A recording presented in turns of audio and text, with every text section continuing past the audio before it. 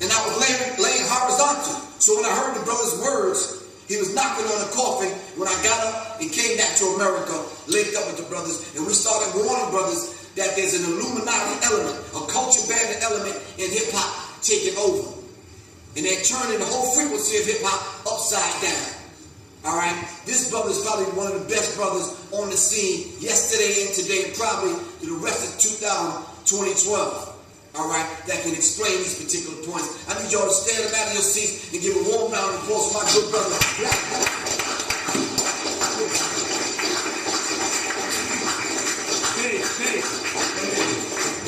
It's a pleasure. It's always a pleasure to be around brothers and sisters.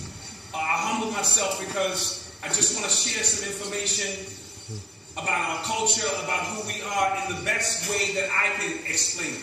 I grew up Cedar Park, where Kool Herc started hip-hop, as a young 7- and 8-year-old child, watching these men, these young teenagers, create this art form that not even they knew it would be a multi-billion-dollar industry, only an industry that they would not control, and that within that industry there would also be elements which would shut down the spiritual essence of our brothers and sisters because we got caught up into material things. We moved astray from the true science. But I remember it as a child. You know what I'm saying? Because I didn't have my personal father in my life, so I naturally gravitated to the older guys on the block, and I wanted to be like them. So I started b-boying and breaking and things of that nature. When I came into a little knowledge of self, my man Rashid Break God Allah was a 5% brother that told me I was God. I had never heard anything like that ever. So I began to get into my lessons and study. And in the Bronx in those days, you know, they had what they call today's mathematics. In the Bronx, Wesley, you better knew today's mathematics before you came outside. Whether it was out of fear.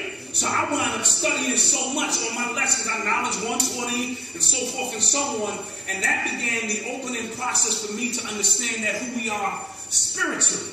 You know what I'm saying? That I am God regardless. I just have to manifest that Godhood within me. And we all have the option to do so. I'm going to speak about hip-hop in time periods. I spoke briefly about it yesterday. 73 when it came in. And you had Bruce Lee, he was teaching the philosophy and the art. The World Trade Centers went up, the Twin Pillars. Along that same water line is Cedar Park. So to show you how energy flows through the water and things of that nature, Kool Herc, who started hip-hop, lived in 1520. Cedric Avenue, 1, 5, and 2 is 8. We know that's build and destroy.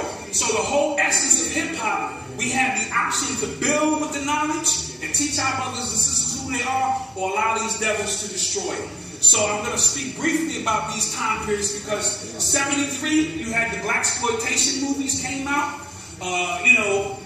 Martin was assassinated a few years back. The Panthers were on the move trying to unite the brothers. The Nation of Islam. You had organizations doing things, and to counter such action, you had these devils who were using a new science called the media that we just wasn't really up on like that. So when the blaxploitation movies came out, instead of wanting to whip Whitey's ass physically, we sat in the theater and whipped Whitey's ass on the screen, got happy with that, came out of the theater, and everything was shut down. So they began to use that new type of science to quell who we were as a collective. The DEA was also started in that year, 1973.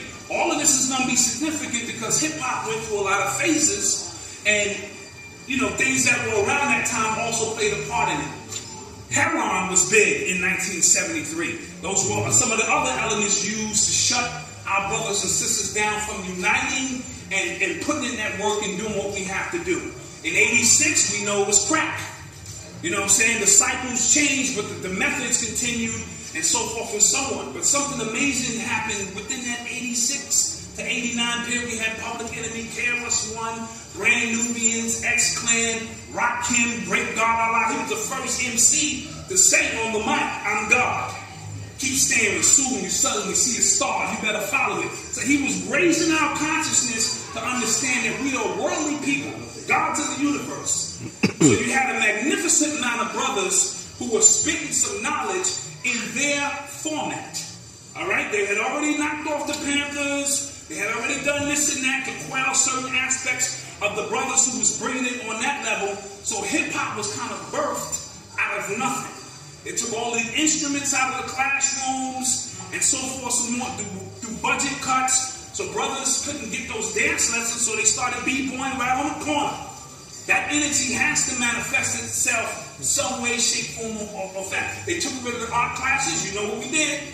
Got them spray cans and start putting up these images. They took away a vocal lesson, so brothers started standing on the corner spitting, those rhymes in rhythmic format and things of that nature, and so forth and so on. And of course, when they took away the drum, which was highly sacred to us, we was beating that drum on the plantation, and the drum speaks a language without using words. So if you understand the rhythm of the drum, just like right now, if we put on some hardcore drum beats, your energy gonna change with the drum beats.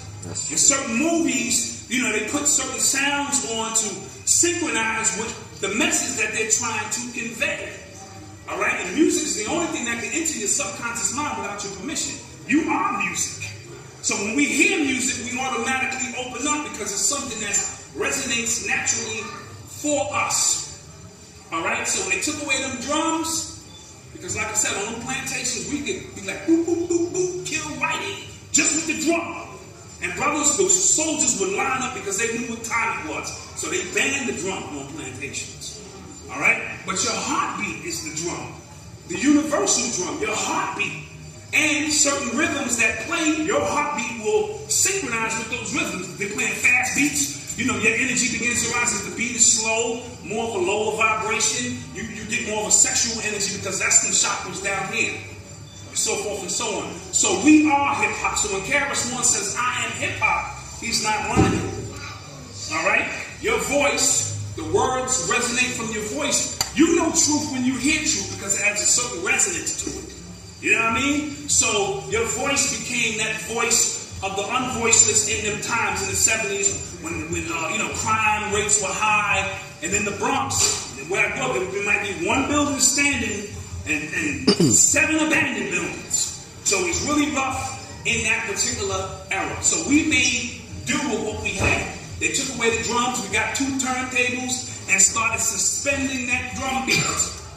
All right, the beat might be 4 seconds, but if the DJ was nice, he could suspend that drum beat and keep it going back and forth because we needed that drum. So when Herc came out to Cedar Park in 1973 with a massive system because he was from Jamaica, so they had the toasting, and this was something that he brought from Jamaica, massive systems. He'd be just chanting on the mic, getting a little crowd participation, but them drums began to resonate.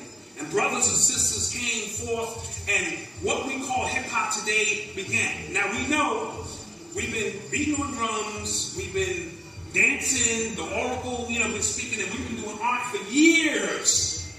There's probably no time date on our artifacts of how much of that information we have. But we called it hip-hop. That was our vibration of it. It became hip-hop. And it became a music that gave a voice to the brothers and sisters in the hood, and it started out pretty good. You had Melly Mel, The Message, and things of this nature.